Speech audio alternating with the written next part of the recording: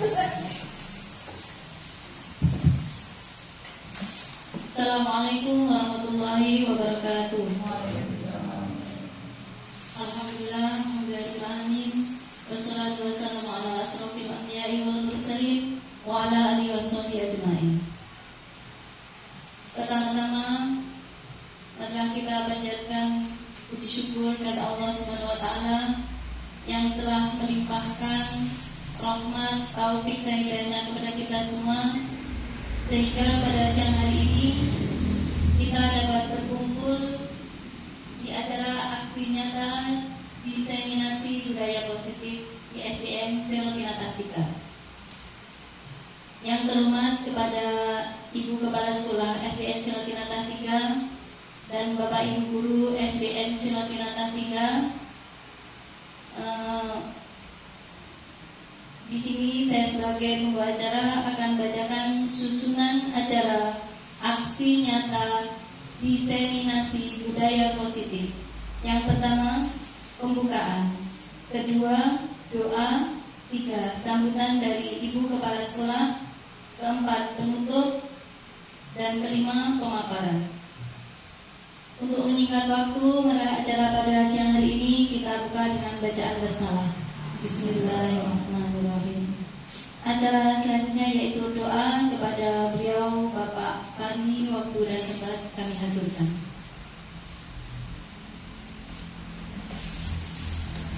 Allahumma sholli ala sayyidina Muhammad wa ala ali sayyidina Muhammad. Alhamdulillahi rabbil alamin. Allahumma ighfirli wa yarhamni wa arhamna kama rabbayani shaghira. Allahumma ighfir lana wal mu'minat wal muslimina wal muslimat ahya'i wa amwat ya arhamar rahimin. Allahumma ighfir lana wal mu'minina wal mu'minina ya rabbal hisab. Rabbana abrina syarra sabiqina wa taqabbal muslimin. Rabbana hab lana min azwajina wa dhurriyyatina qurrata a'yun waj'alna lil muttaqina imama. Rabbana ya Rabbana zalamna anfusana wa la taghfir lana wa tarhamna lanakunanna minal khasirin. Rabbana atina fid dunya hasanah wa fil akhirati hasanah wa qina adzabannar. Subhana rabbika rabbil izzati amma yasifun wa salamun alal mursalin walhamdulillahi rabbil alamin.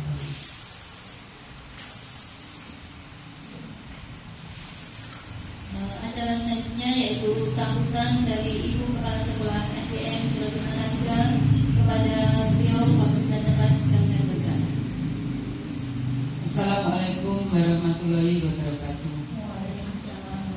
Pada yang terhormat Bapak Ibu Guru semuanya, marilah kita selalu menjadikan puji syukur kehadirat Allah Subhanahu wa taala karena sampai siang ini kita masih diberi nikmat sehat, nikmat sempat sehingga dapat berkumpul di ruangan ini dalam keadaan sehat walafiat.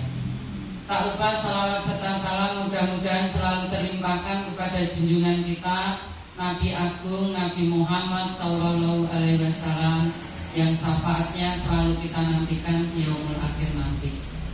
Bapak Ibu semuanya, terima kasih panjenengan semua sudah berada di sini untuk mendukung, memotivasi, membersamai Pak Sis apa itu yang saat ini sedang melakukan aksi nyata diseminasi budaya positif. Mudah-mudahan dengan acara ini nanti berjalan dengan lancar, kedepannya Pak Sis selalu diberi kemudahan sehingga lulus dengan memuaskan dan ilmu yang didapatkan bisa diterapkan khususnya ke lingkungan SDN Selotina 3 ini.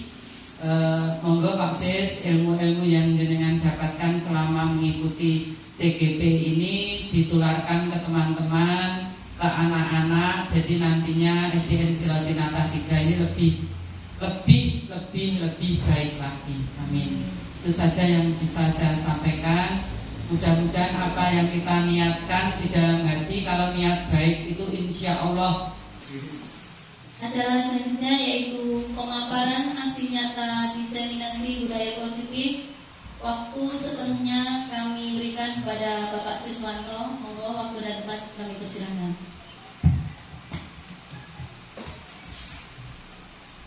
Bismillahirrahmanirrahim. Assalamualaikum warahmatullahi wabarakatuh. Alhamdulillahilladzi arsala rasulahu bil huda wa dinil haq liyudhhirahu kullihi wa kafa billahi syahida.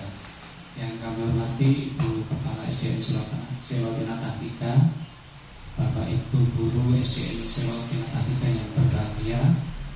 Puji syukur, alhamdulillah, marilah kita senantiasa panjatkan kehadirat Allah Subhanahu wa taala yang mana atas limpahan rahmat, taufik, hidayah, inayahnya, alhamdulillah pada kesempatan siang hari ini kita semuanya bisa berkumpul di tempat ini, di ruangan kelas 5 ini dalam keadaan sehat walafiat, dalam rangka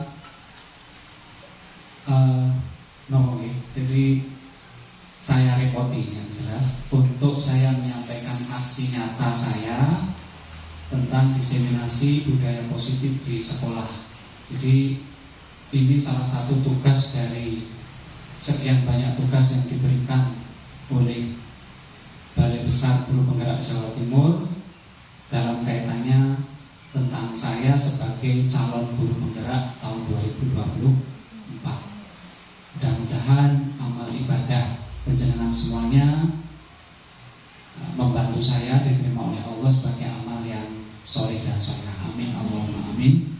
Salawat dan salam semoga selalu tercurah kepada baginda Rasul Muhammad sallallahu alaihi wasallam, teruntuk pula para ahli keluarga beliau, para sahabat, tabiin, tabiin, orang-orang soleh yang senantiasa mengikuti jalan beliau. Mudah-mudahan kelak di yaumul qiyamah kita semuanya mendapatkan syafaatnya. Amin Allahumma amin.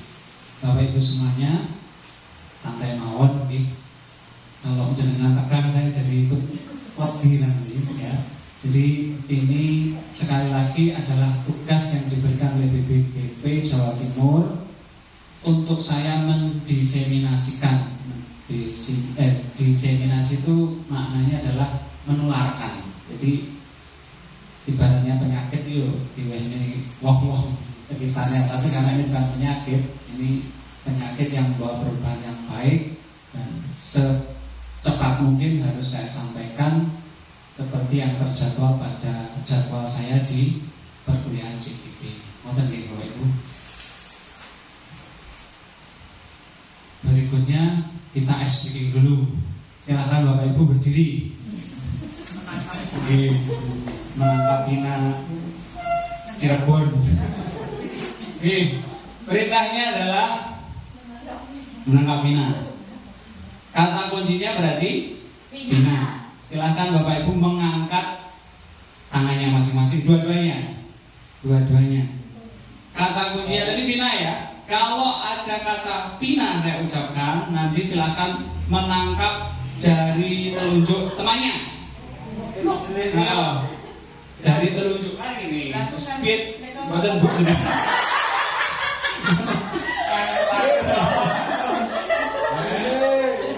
Dengar ya, sejajar dengan. Berarti akhirnya jadi Bu Sari tegak sopot. Nggih, ale Pak Topa. Kayaknya milih Pak Ses. Kata kuncinya Pina. Ya, tangkap ya. Nanti paling banyak saya kasih hadiah. Paling banyak menangkap Pina. Yo, kuncinya boleh piye carane mencari yang telunjuk. Nggih. Di sebuah desa ada sebuah keluarga kecil yang berbahagia. Dia tinggal hanya dengan ibunya. Anaknya ada 4. Feni, Fani, Vina,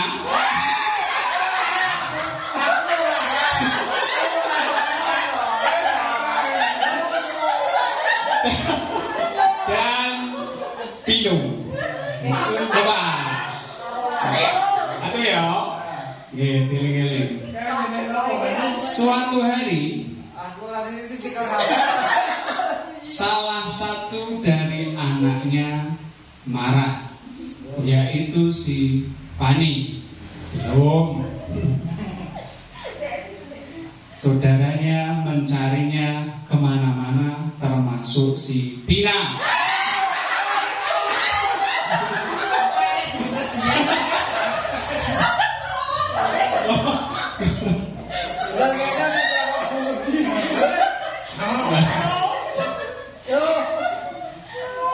Setelah mencari seharian, ketemulah si Bani. Dia sedang berada di tepi sungai. Maka keempatnya segera pulang.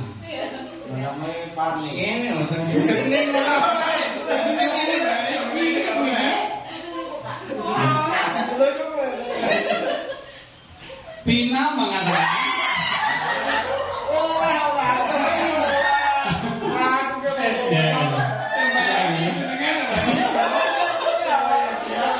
jangan diulangi lagi perbuatan itu yang akan membuat ibu kita menjadi khawatir. Tepuk tangan ya.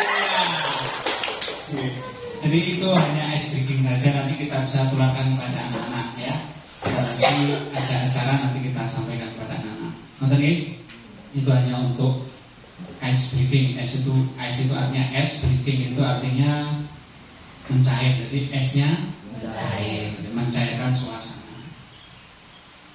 Jadi ini Bapak Ibu semuanya yang akan saya tularkan hari ini ada 3 materi. Yang pertama 5 kebutuhan dasar manusia. Yang kedua 5 posisi kontrol. Bener loh ya, saya ngomong 5 posisi kontrol. Yang ketiga besar itu restitusi dan segitiga restitusi. Bapak Ibu guru semua sudah ada yang pernah mendengar istilah-istilah ini? Pernah ya? Yang itu tadi, ini baru saja, alhamdulillah. Berarti saya orang pertama yang pernah mendengar. Oke, kita masuk ke materi yang pertama dulu. 5 kebutuhan dasar manusia. Ya.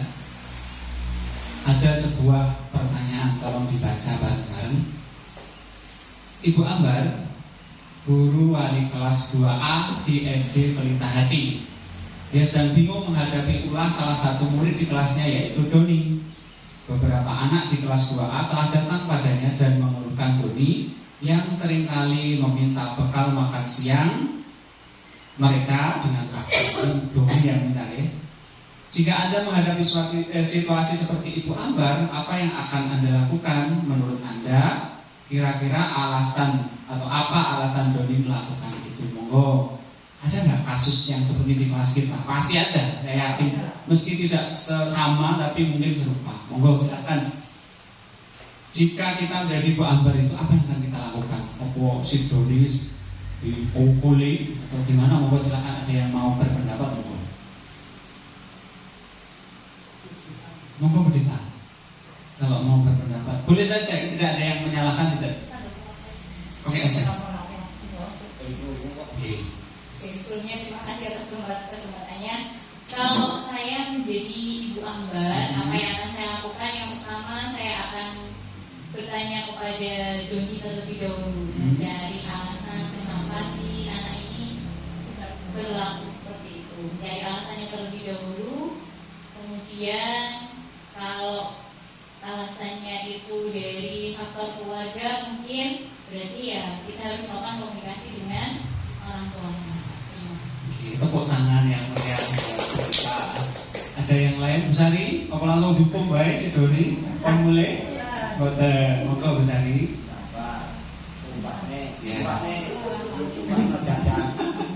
Mau belikan jajan? Kalau saya, menurut saya,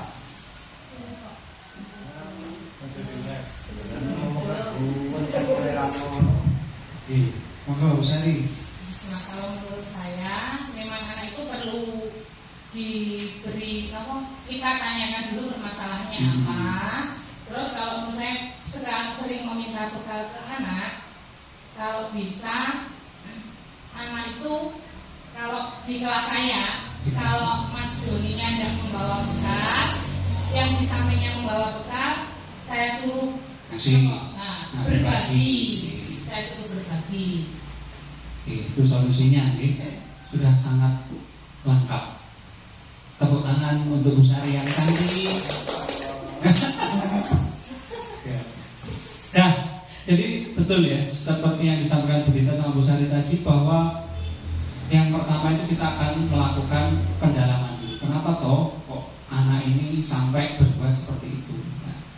Karena memang kebutuhan dasar manusia itu, setiap perbuatan yang dilakukan baik atau oleh orang dewasa maupun anak itu pasti ada alasannya. Itulah yang namanya kebutuhan dasar manusia. Kita lihat ada 5 kebutuhan dasar manusia, ini berdasarkan riset.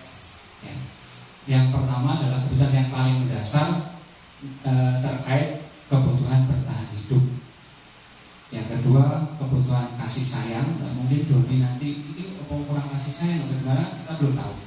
Yang ketiga penguasaan, apakah dia ingin terlihat lebih gagah daripada yang lain sehingga harus mengintimidasi, meminta makanan pada temannya, atau hanya kesenangan saja, iseng, atau hanya kebebasan. Kita lihat satu persatu nih.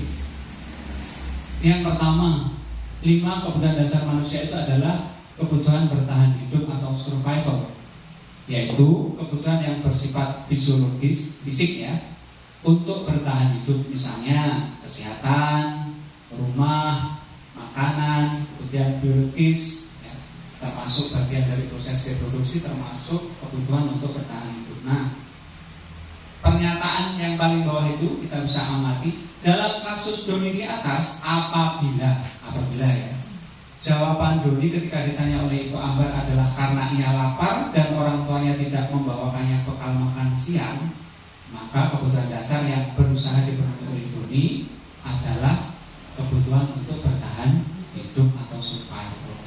Jadi memang betul seperti tadi ditanya tuh, nyapa oleh kok sampai meminta teman. Itu kita harus sebagai guru harus tahu alasannya ya, terkait dengan 5 kebutuhan dasar manusia.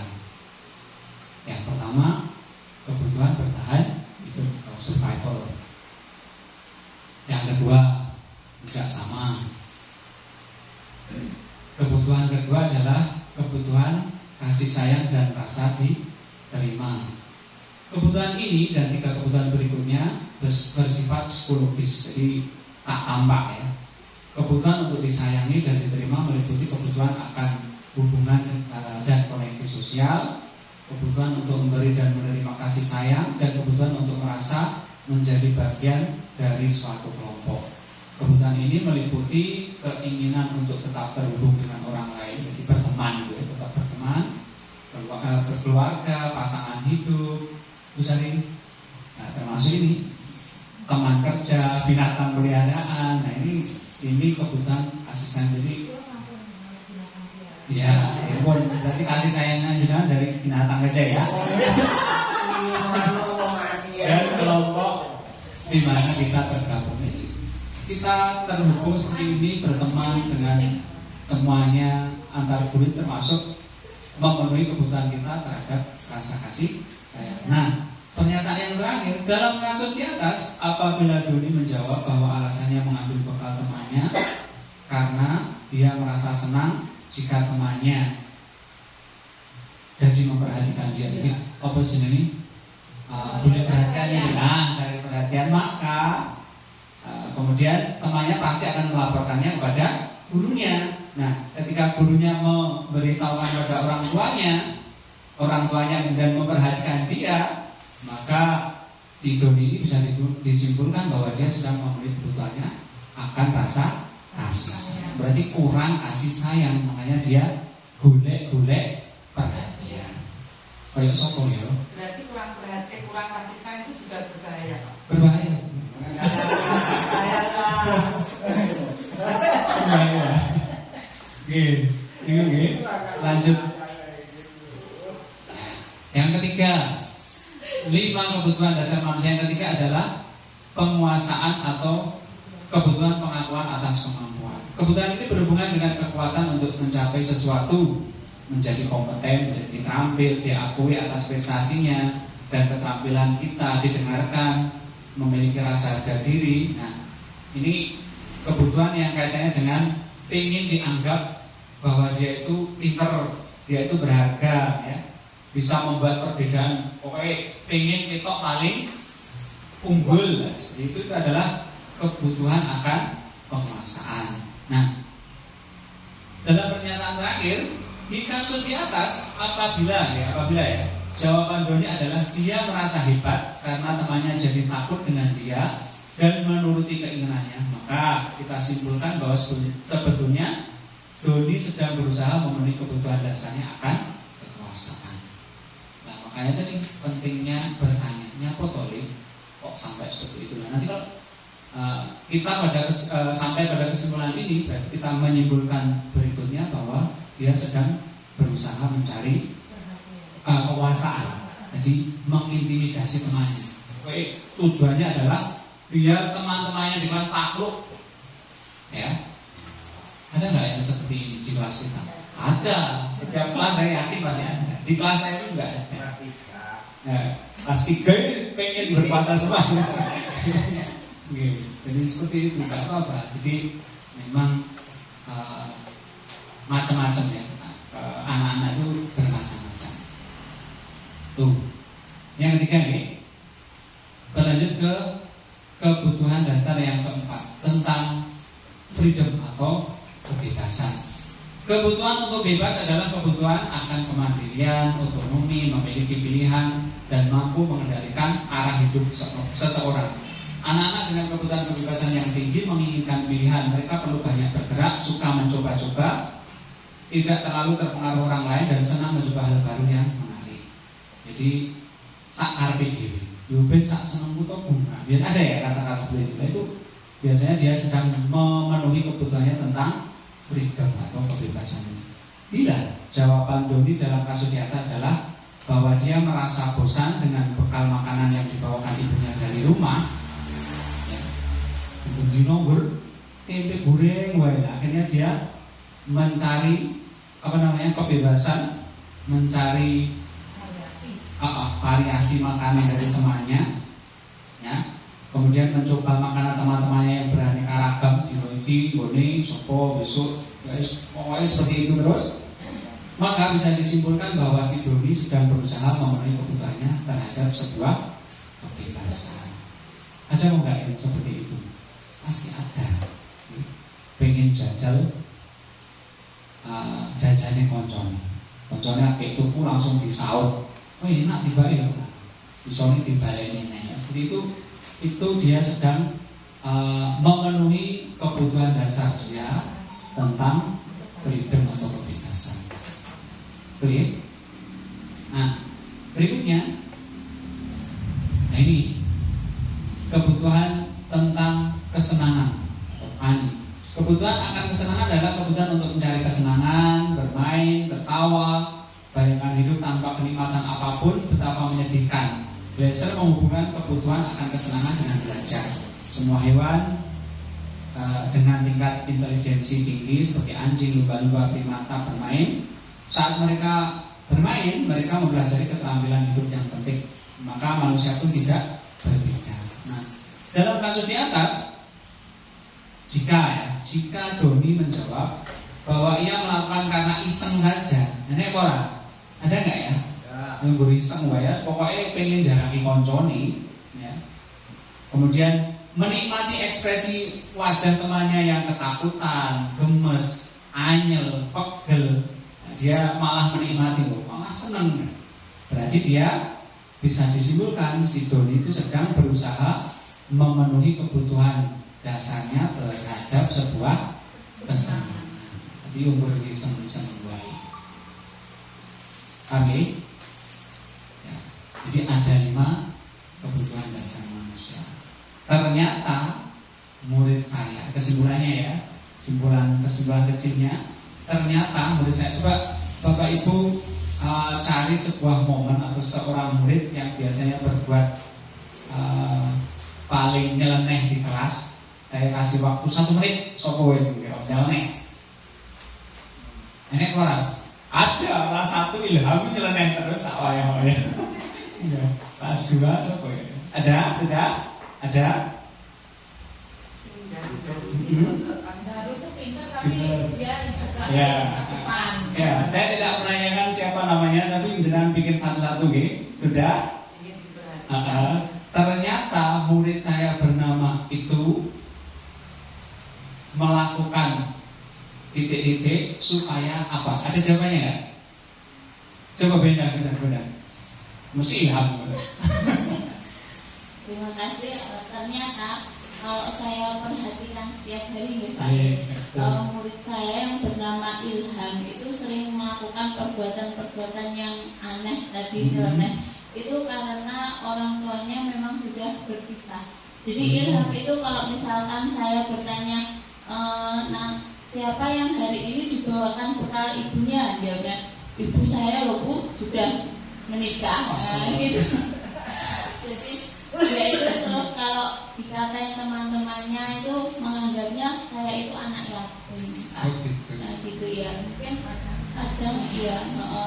Terus jadi dia tuh merasa mungkin kurang perhatian dia. Terus dia itu jadi sampai sekarang belum bisa membaca itu karena kakaknya sendiri juga kurang perhatian.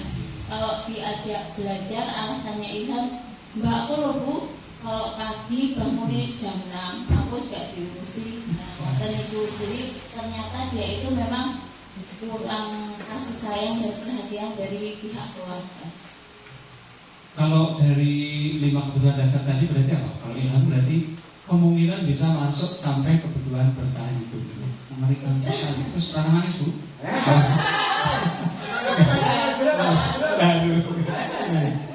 Besok kita tolong bareng-bareng. Pak Iman, coba Pak Iman, satu saja. Saya sering melihat kelas 4 singkat unik.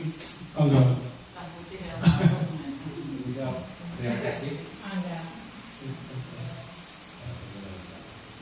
Terima kasih atas kesempatannya. Kalau di kelas 4 itu sebetulnya ada 3 tipe yang aneh, tetapi memang tidak terlihat. Namun demikian konsultasi kasusnya dilakukan personal bersama orang tua. Jadi yang pertama kebutuhan akan perhatian itu ada, dan itu tidak terlihat, tetapi kasusnya berulang-ulang dan itu sampai ke secara personal antar orang tua, dan itu terjadi pada tapi itu kebutuhan akan perhatian dan itu sudah jelas. Kemudian ada yang kebutuhan untuk penguasaan, itu salah satunya justru dilakukan oleh Ananda Putri. Tapi kita nggak bisa melihat kalau itu dia itu sedang berusaha menunjukkan orang mereka harus berada di bawah saya, itu tidak akan lepas.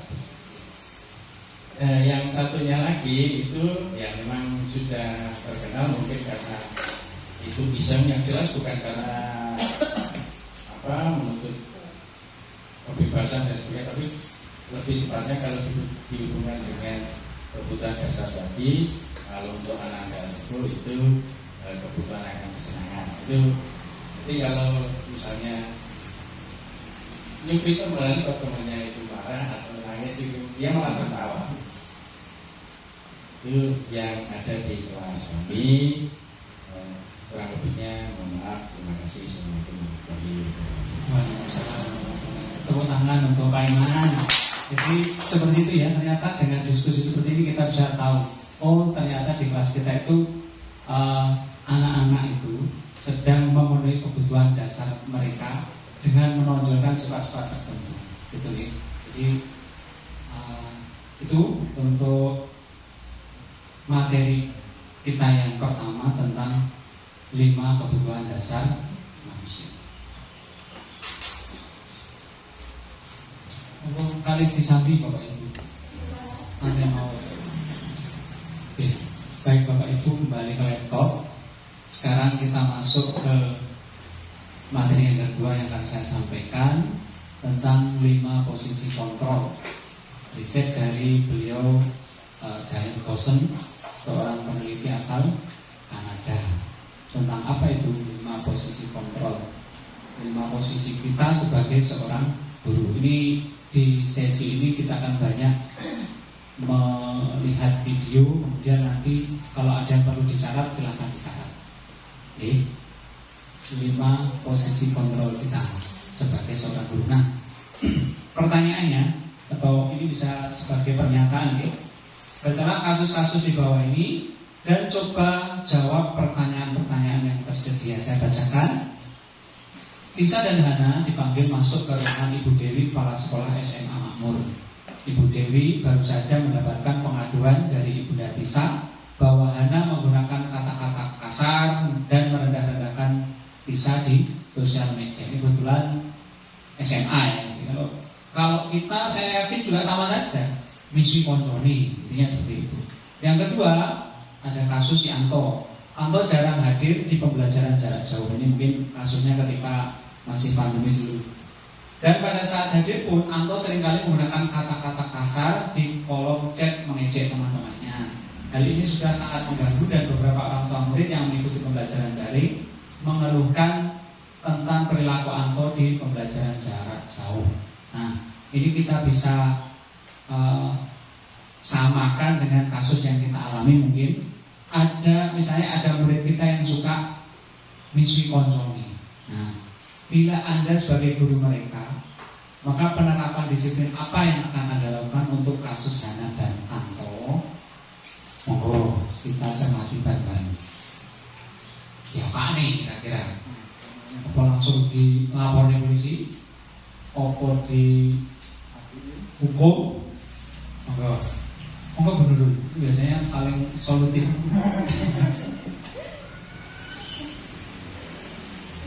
Monggo tidak ada benar, tidak ada salah pendapat. Monggo. Assalamualaikum warahmatullahi wabarakatuh. Terima kasih untuk waktunya.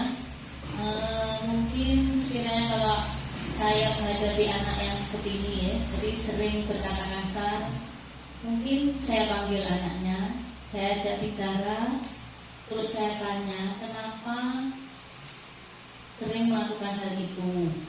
Itu apa karena pernah mendengar atau di rumahnya sering ada yang berkata kasar seperti itu. Selanjutnya kita kasih wawasan bahwa melakukan hal tersebut tidaklah baik. Terus kita beri ultimatum misalnya. Jadi kita kasih waktu 1 minggu. Kalau sampai melakukan hal tersebut, akan ada tindakan, yaitu kita panggil orang tuanya untuk ke sekolah. Jadi kita pembiasaan itu tidak hanya di sekolah, tapi juga di rumah. Jadi kita panggil orang tuanya, kenapa bisa melakukan hal tersebut.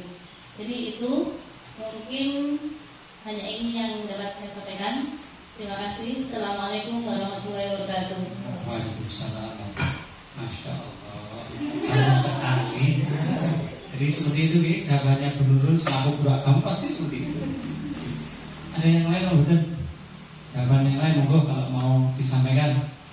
Nanti kita akan tahu posisi kontrol Bu Nurul tadi yang disampaikan tadi seperti apa itu. Nanti kita akan tahu. Apa sih? Sama? Ya, hitam ya. Nah, kita masuk ke video yang pertama. Posisi kontrol kita sebagai seorang guru adalah penghukum sebenarnya.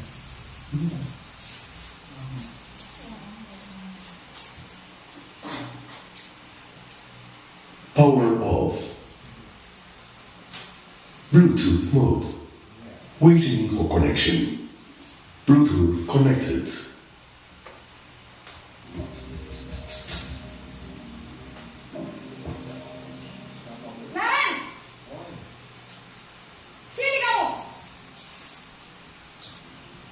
Selamat pagi Bu.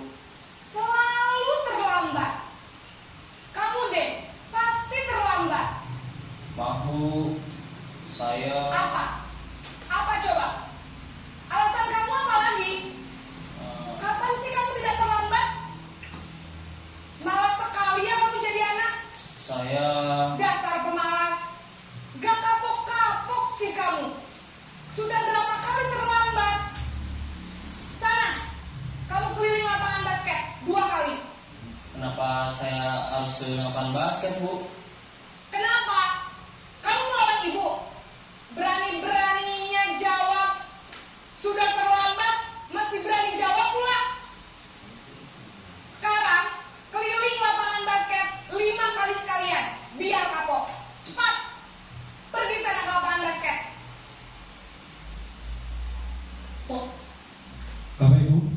Ada yang suka seperti itu.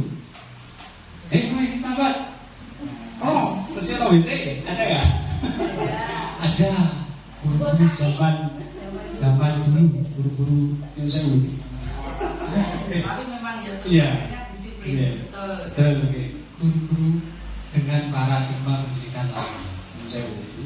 Jadi seperti itu, menghukum, mengintimidasi, membuat anak ketakutan. Saya sering mengalami ya, masih sempat menangis seperti itu guru dengan iya.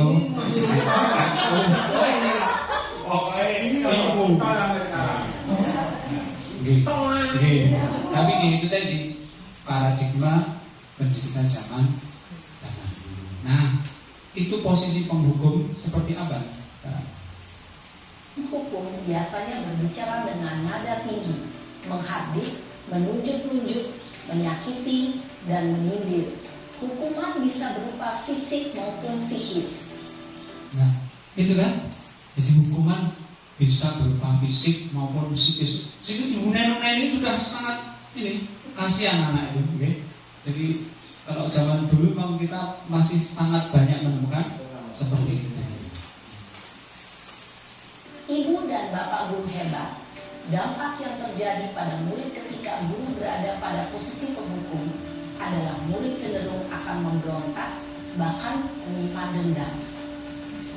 Nah, ini dampaknya baik loh guru. Meskipun disiplin yang saya sebut tadi, ada dampak-dampak yang mengikutinya. Dampak-dampak mengikutinya terutama pendendam. Saya pernah ketika saya diajarkan di CGP tentang ini, saya ingat murid saya yang di Wonogiri.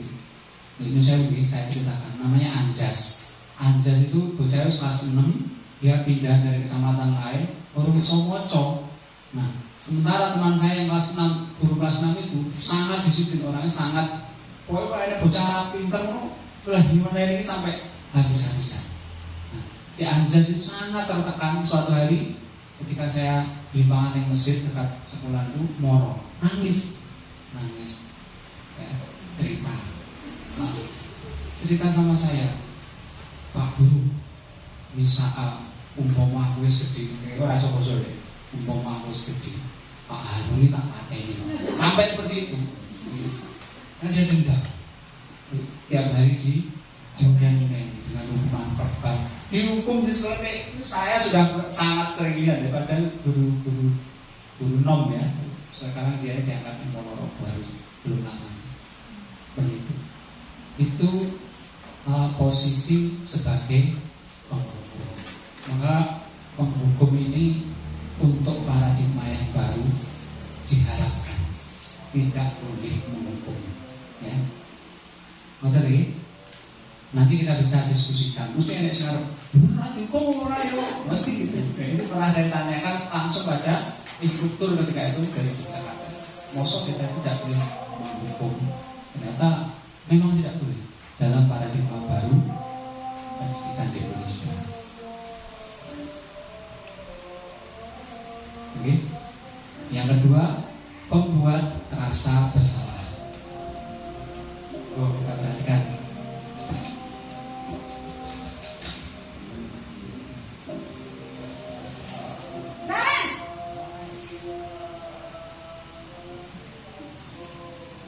Selamat pagi, Bu. Naren, kamu kenapa terlambat lagi, nak? Ya Tuhan, Naren, kamu senang ya bikin ibu susah ya? Kalau kamu terlambat lagi, nanti ibu yang ditegur bapak kepala sekolah, nak. Disangka ibu tidak bisa membina kamu. Duh, gimana ini? Maaf, Bu. Duh, Gusti Naren, kamu suka ya kalau ibu ditegur bapak kepala sekolah? Terus, sekarang ibu harus tulis apa yang di buku absen? Ini kamu sudah sering terlambat loh. Ibu harus apa coba? Maaf, Bu. Maaf sekali. Ya sudah, lain kali jangan bikin ibu susah lagi ya, nak ya. Ibu tidak akan kuat lagi kalau kamu gini terus. Bisa jantungan kalau ibu tegur bapak kepala sekolah. Sana cepat kelas. Maaf ya, Bu. Maaf sekali.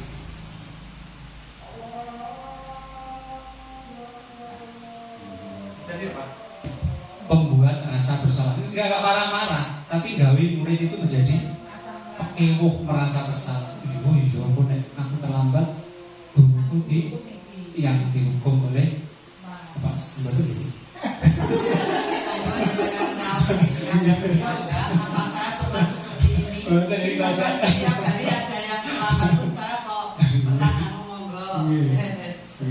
Jadi itu, ini posisi yang kedua namanya pembuat rasa bersalah. Ini sedikit lebih baik daripada penghukum tadi. Nah, tapi ada dampaknya juga. Pembuat rasa bersalah berbicara dengan nada tenang, cenderung lembut. Namun kata-kata yang diutarakan membuat murid merasa menjadi orang yang gagal, memandang buruk dirinya sendiri, merasa tidak berharga, dan tidak sanggup membahagiakan orang lain. Ketika guru mengambil posisi pembuat rasa bersalah, murid akan menganggap dirinya yang bersalah dan ia akan menyimpan emosi negatif tersebut di dalam dirinya. Ya, jadi pembuat rasa bersalah itu posisi seorang guru ketika dia membuat muridnya merasa bersalah.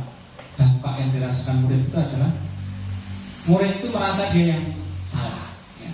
Merasa dia gagal, rendah diri, menarik diri dari lingkungan itu, meskipun lebih baik daripada penghukum tadi. Ini posisi yang kedua. Dan ini yang posisi yang ketiga, setingkat lebih tinggi. Kalau kita perhatikan,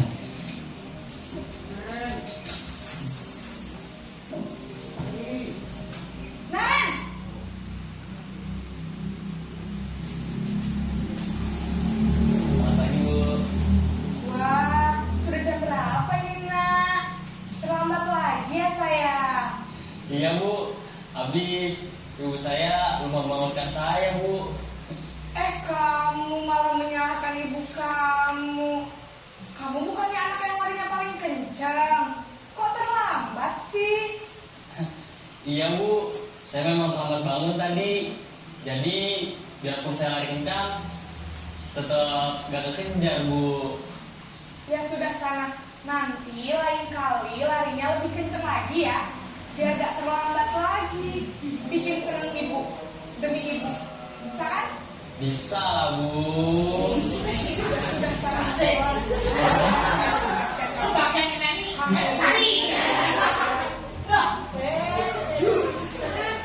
Dalam istilah guru berbicara dengan nada suara ramah, akrab, cenderung bersenda gurau untuk menjaga suasana tetap santai. Murid akan merasa senang, aman, dan akrab dengan guru. Identitas yang tercipta adalah identitas sukses atau berhak. nah ini yang tercipta ketika kita itu memposisikan kita sebagai teman. Suara guru ramah, cenderung bersenda gurau, guyon. Karena menganggap murid itu temannya, jadi santai-santai wae. Muridnya juga menganggap gurunya sebagai teman. Ibu saya menjadi guru saya. Ya, identitas yang tercipta sudah lumayan, sukses dan berhasil. Sudah bagus. Namun, perlu diingat, karena ini masih dorongan eksternal, maka ada faktor ketergantungan dari murid kepada orang tertentu. Di sini, guru absennya, sehingga di lain waktu, murid bisa berperilaku baik, namun hanya kepada orang-orang. Oh, ini dia, ini kenyataan juga. Kalau kita menerapkan posisi sebagai teman, nah itu murid itu akan baik, kemudian akrab, tapi dengan guru tertentu saja, tidak mungkin dengan guru yang lain. Jadi, seperti itu ya? Ya.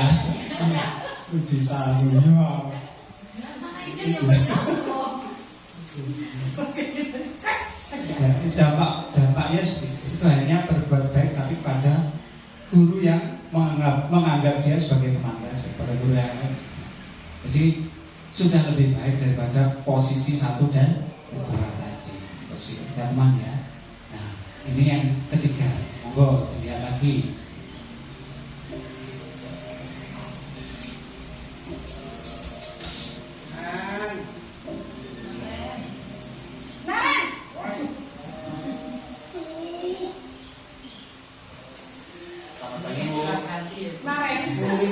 tahu ya sekolah kita tentang jam berapa kita harus masuk sekolah, nak? Kita harus di sekolah jam 7, Bu. Iya betul, sekarang sudah jam 7.20. Naren sudah tahu konsekuensinya jika terlambat hadir. Paham, Bu. Saya harus tinggal kelas pas jam istirahat selama 20 menit. Iya benar, konsekuensinya demikian. Jadi nanti jam 9.30 pas istirahat, kamu harus tinggal di kelas, kerjakan tugas tambahan untuk ketertinggalan kamu, ya? Baik, Bu. Posisi pemantau mengandalkan penghitungan atau data untuk mengontrol murid. Guru mengarahkan murid berdasarkan peraturan dan konsekuensi. Nah, ini posisi pemantau. Namanya pemantau ya lihat saja. Kok ini tanya-tanya tentang pertanyaan datar. Kudunya teko jabro to, Li. Terus ini cuma seperti itu. Jadi pertanyaan datar-datar saja. Kemudian menggunakan data. Data yang termasuk masuknya jam berapa toh harusnya seperti itu. Maka tercipta identitas diri positif atau berhasil. Sudah berhasil juga sebenarnya. Maka pemantau perlu senantiasa memantau pada saat murid diberikan saksi, maka guru pun harus mengawasi. Jadi menghukum, tapi hanya mengawasi dari jauh. Jadi memantau tadi, memperhatikan saja. Pemantau menunjukkan bahasa tubuh dan ekspresi wajah yang datar dan cenderung formal. Nah, dampaknya atau akibatnya yang terakhir itu tidak sepenuhnya mandiri, bukan dari dalam dirinya, karena dia merasa masih dipantau. Itu ini yang keempat. Posisi yang terakhir adalah posisi terbaik. Mau kita perhatikan baik-baik.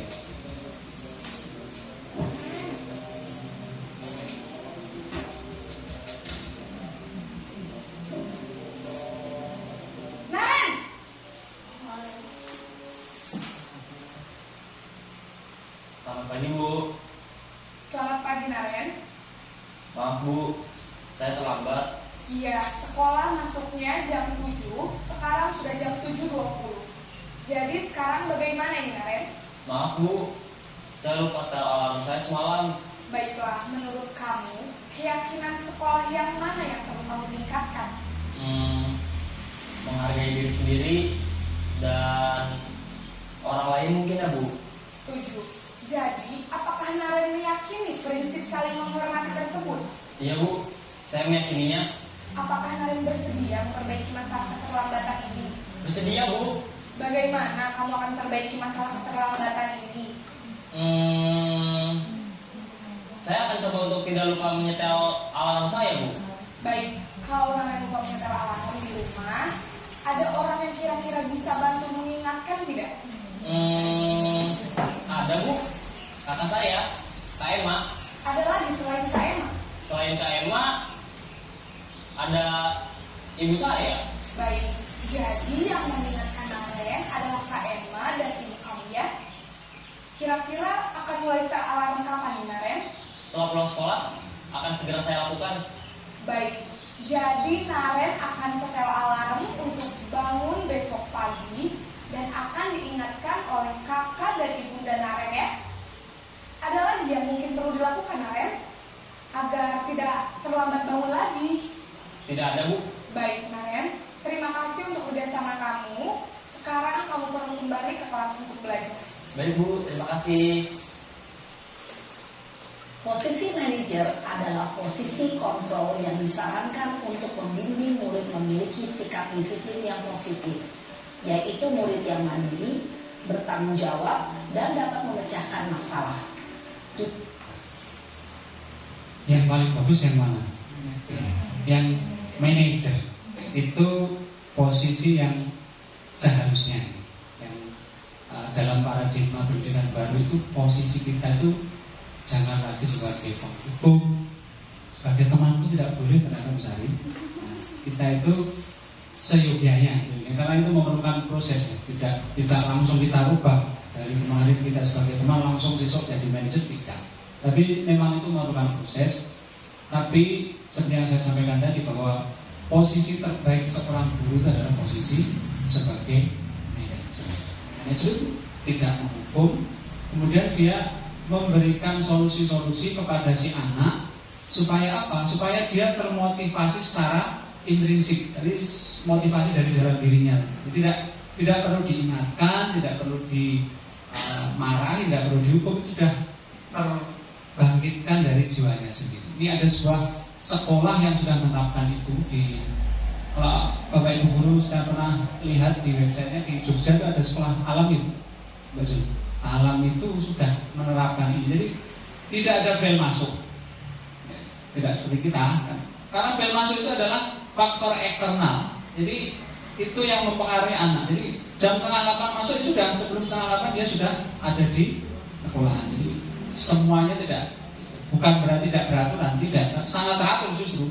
Beliau mengadopsi dari konon ya, pendidikan terbaik di dunia di Finlandia. Jadi seperti tidak ada bel masuk, tidak ada bel pulang. Bahkan ketika ada masalah itu ya dipecahkan anak-anak sendiri. Gitu. Gurunya cukup membimbing saja sebagai manajer. Atas tindakannya, guru akan dengan tulus memberikan pertanyaan-pertanyaan bermakna sehingga membuat murid dapat belajar dari kesalahannya dan mencari sebuah solusi untuk menyelesaikan. Kesimpulan kecil yang kedua, ternyata selama ini saya masih berada di posisi kontrol mana ya? Mana Budita? Apa penghukum? Nanti pas coba yang mana? Budita dulu. Terima kasih atas kesempatannya lagi. Kalau menurut saya itu bisa jadi di satu sisi mungkin setiap anak itu membutuhkan perlakuan yang berbeda ya Pak. Jadi kalau saya bisa jadi posisi saya sebagai hukum, kadang saya juga bisa jadi teman. Nah untuk sebagai manajer mungkin masih sangat kurang.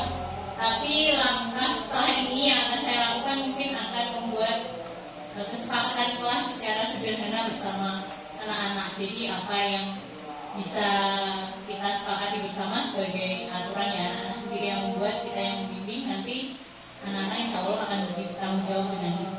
Terima kasih. Tepuk tangan. Kesepakatan kelas itu seperti di sini tidak saya sampaikan. Sekarang itu sudah tidak relevan lagi peraturan, adanya kesepakatan. Kalau peraturan itu moro-moro aku senek seperti ini. Moro-moro ini nggak tahu dari mana asalnya, anak-anak tuh nggak menyusun, nggak menyepakati, tapi harus terikat dengan peraturan itu. Sekarang sudah paradigma barunya, sudah harus membuat kesepakatan. Jadi anak itu terlibat membuat peraturan sendiri. Itu namanya. Ini meskipun yang jauh ini tidak saya sampaikan di sini karena terkait jam juga. Monggo Pak Toba, kalau ada yang mau disampaikan. Ternyata selama ini posisi kontrol saya berada di titik-titik. Posisi saya masih berada tergantung anaknya. Kadang saya sebagai penghukum, kadang sebagai teman. Mungkin kalau untuk anak-anak yang bandel, kalau dibilangin nggak mau seperti Mas Reno, Mas. Misalnya Mas Reno itu kalau disuruh Faiz, kowe aja mlebu sekelas, kalau mlebu kelas langsung di sini duduk. Kowe tak meniki, ugo terus ganti. Tak ganti sampai 15 menit kok nggak masuk. Terus di situ saya menjadi teman, mendekati Mas Reno. Nyapa no? Sama Mas Faiz tidak boleh masuk, aduh. Di sini siapa gurunya? Tapi malah seneng no. Terus saya bilang, apapun itu, kalau perkataannya dari temanmu jangan kamu lakukan. Tapi kalau dari Bapak Ibu guru ya kamu lakukan. Jadi mungkin kedepannya setelah ini saya akan manajer, ya mungkin manajer sepak bola ya, membuat kesepakatan seperti Budita tadi. Jadi nanti kalau ada sesuatu, misalnya ada yang berkelahi kan senang gelutan pasti. Nah itu nanti kita bisa membuat kesepakatan. Ya, mungkin ben ora gelut nih, kira-kira hukumannya apa? Sanksinya apa? Ben kamu tidak melakukan lagi. Mungkin itu. Oke, terima kasih, tepuk tangan, bagus sekali ya. Jadi seperti itu, ternyata posisi kita itu belum ada sampai hari ini yang berada di posisi manajer. Dan itu paradigma baru pendidikan Indonesia, bahwa kita itu tidak boleh lagi menerapkan posisi 1 sampai 4, apalagi tentang posisi 1 sangat dilarang. Jadi seperti itu. Masih ada yang mau ngeyel? Oke, siap.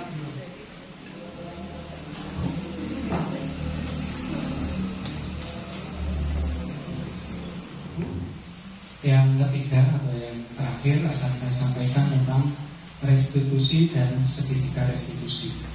Ibu pernah mendengar ini restitusi? Pernah? Pak Iman. Terus sekarang ya restitusi. Apa itu restitusi? Itu sama kayak dengan paradigma pendidikan baru di Indonesia. Apa itu?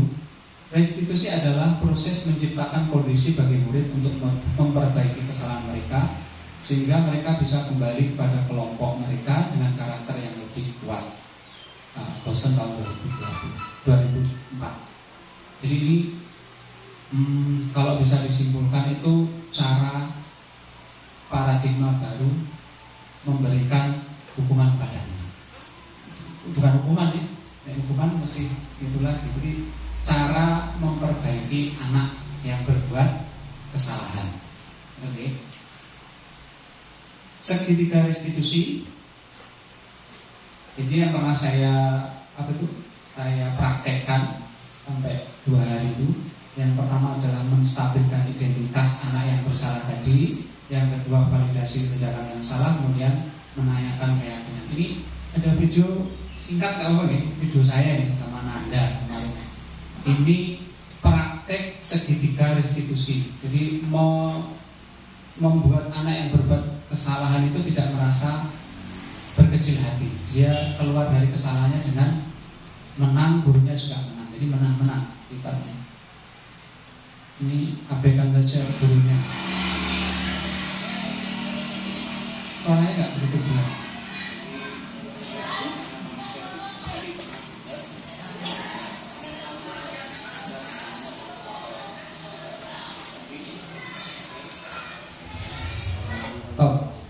Jadi ketika dia berbuat salah, ceritanya si Nanda itu terlambat datang ke upacara. Hari Senin sudah datangnya terlambat, dia nggak pakai topi, nggak pakai dasi lagi. Itu. Nah, apa yang kemudian diperbuat oleh dia gurunya tadi dalam segitiga restitusi, maka yang dilakukan adalah yang pertama adalah apa tadi? Menstabilkan identitas. Oh, bilang gowo dasi ya, nggak bawa topi ya? Iya Pak, saya salah. Nggak apa-apa. Setiap orang itu pasti pernah berbuat kesalahan. Terus menurut saya dia itu dibilas. Oh, Pak tidak marah. Kemudian pada sisi berikutnya, namanya adalah memvalidasi tindakan yang salah.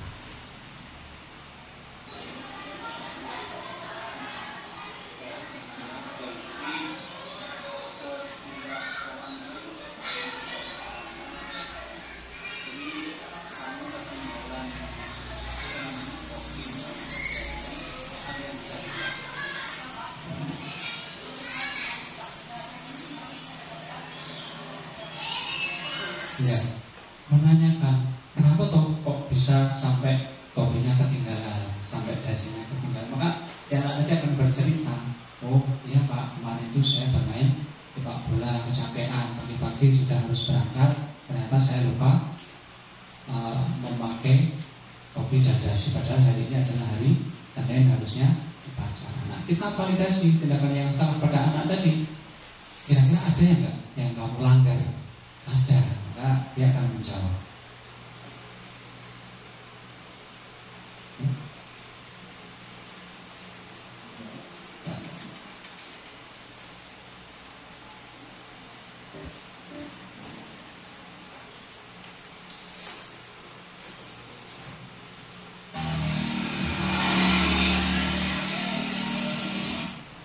Ini enggak begitu ini ya suaranya.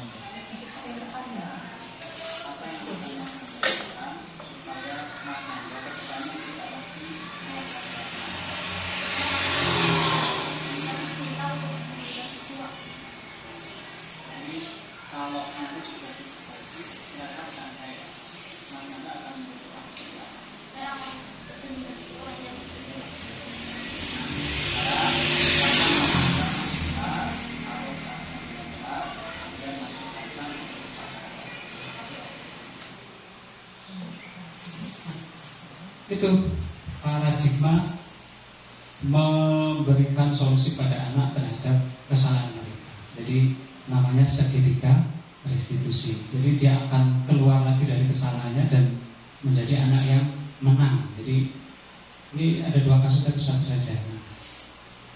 Pertanyaan yang terakhir, sudah sesuaikah apa yang saya lakukan selama ini terkait anak saya atau murid saya yang melakukan kesalahan? Sudah sesuai belum? Kira-kira belum sesuainya, Pripun Pak Wani? Mau ngomong. Sudah sesuai apa belum?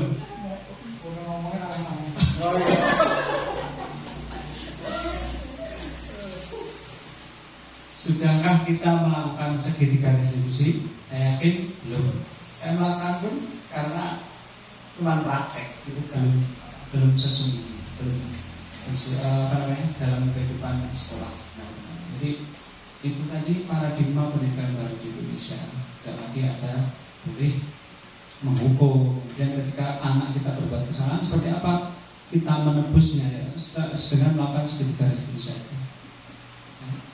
Maka saya sampaikan di sini paradigma baru di Indonesia adalah hukuman, konsekuensi dan restitusi itu berbeda. Jadi hukuman itu secara singkat saja ya, sesuatu yang menyakitkan dan harus terjadi, membuat tidak nyaman untuk murid untuk jangka yang panjang. Dendam tadi, ya kan?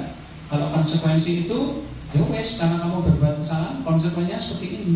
Tidak nyaman tapi tidak lama konsekuensi. Tapi ketika kita melakukan restitusi, maka itu akan menguatkan murid. Ya, karena apa? Karena motivasinya bukan berasal dari gurunya lagi, sudah berasal dari dalam dirinya, maka dia akan kuat untuk dalam jangka waktu yang lama. Nah, kemudian yang kedua, hukuman itu membuat korban mendapatkan keadilan. Gitu, cukup ini ngeplak koncone, ya wis cukup aja ganti dikeplak kan gitu kan. Yang korbannya dia mendapatkan balasan setimpal, merasa dia mendapatkan keadilan. Tapi kalau konsekuensi itu beda lagi, korban bisa diabaikan. Nah, bahkan kalau restitusi itu dua-duanya itu didamaikan, tidak lagi ada dendam.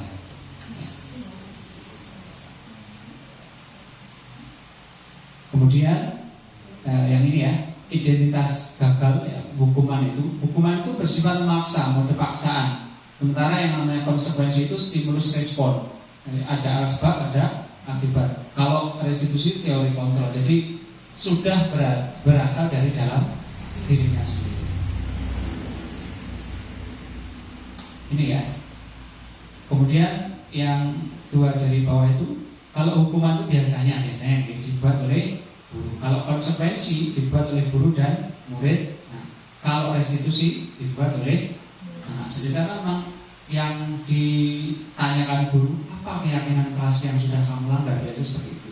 Jadi keyakinan kelas kalian kan seperti ini. Kalau kamu seperti ini, berarti kamu melanggar atau tidak? Pertanyaannya seperti ini. Pertanyaan yang ringan-ringan tapi membuat anak itu termotivasi secara intrinsik, secara dalam dirinya, tidak lagi karena pengaruh dari orang lain, termasuk dari dirinya.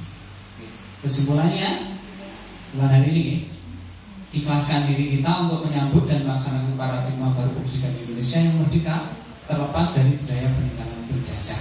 Maksudnya apa? Hukuman, kemudian ewo itu semua adalah peninggalan pendidikan Belanda. Dulu itu hukuman seperti itu.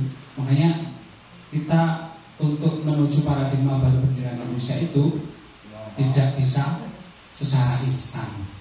Jadi memang berproses. Jadi kalau tadi masa ora oleh hukum tenanan, karena kita proses mungkin, karena kita masih dalam proses mungkin masih boleh. Tapi kedepannya tidak boleh lagi ada hukuman, karena tadi seperti yang saya sampaikan, hukuman itu adalah budaya peninggalan penjajah. Siapa yang salah dihukum oleh orang Belanda sebetulnya, itu akhirnya apa? Orang Indonesia mundur-mundur, patuh, ya karena terpaksa karena dipaksa oleh pihak Belanda untuk mundur patuh, bukan karena dia patuh beneran, tapi karena ada paksaan dari pihak Belanda, dan itu diajarkan pada seluruh bangsa Indonesia ketika dijajah dulu. Akhirnya apa? Terbentuklah model pendidikan paradigma lama yang masih banyak menerapkan hukuman. Nah, untuk memperbaiki itu, nah kita kan selalu, Indonesia itu selalu melihat negara mana sih yang terbaik dalam sistem pendidikannya. Kalau nggak salah itu di Finlandia itu paling baik. Sudah tidak ada lagi proses hukum menghukum, tidak ada lagi paradigma lama. Jadi kalau kita kemudian melihat begitu suksesnya mereka dengan pendidikannya, maka yang harus kita ikuti adalah semua sistemnya. Tidak ada lagi sistem hukuman di sana, maka secara lambat laun kita harus menghindari sistem hukuman. Seperti itu, Bapak Ibu. Itu yang bisa saya sampaikan. Mungkin cukup sekian karena diskusinya tadi sudah berada di dalam materi tadi. Kurang dan lebihnya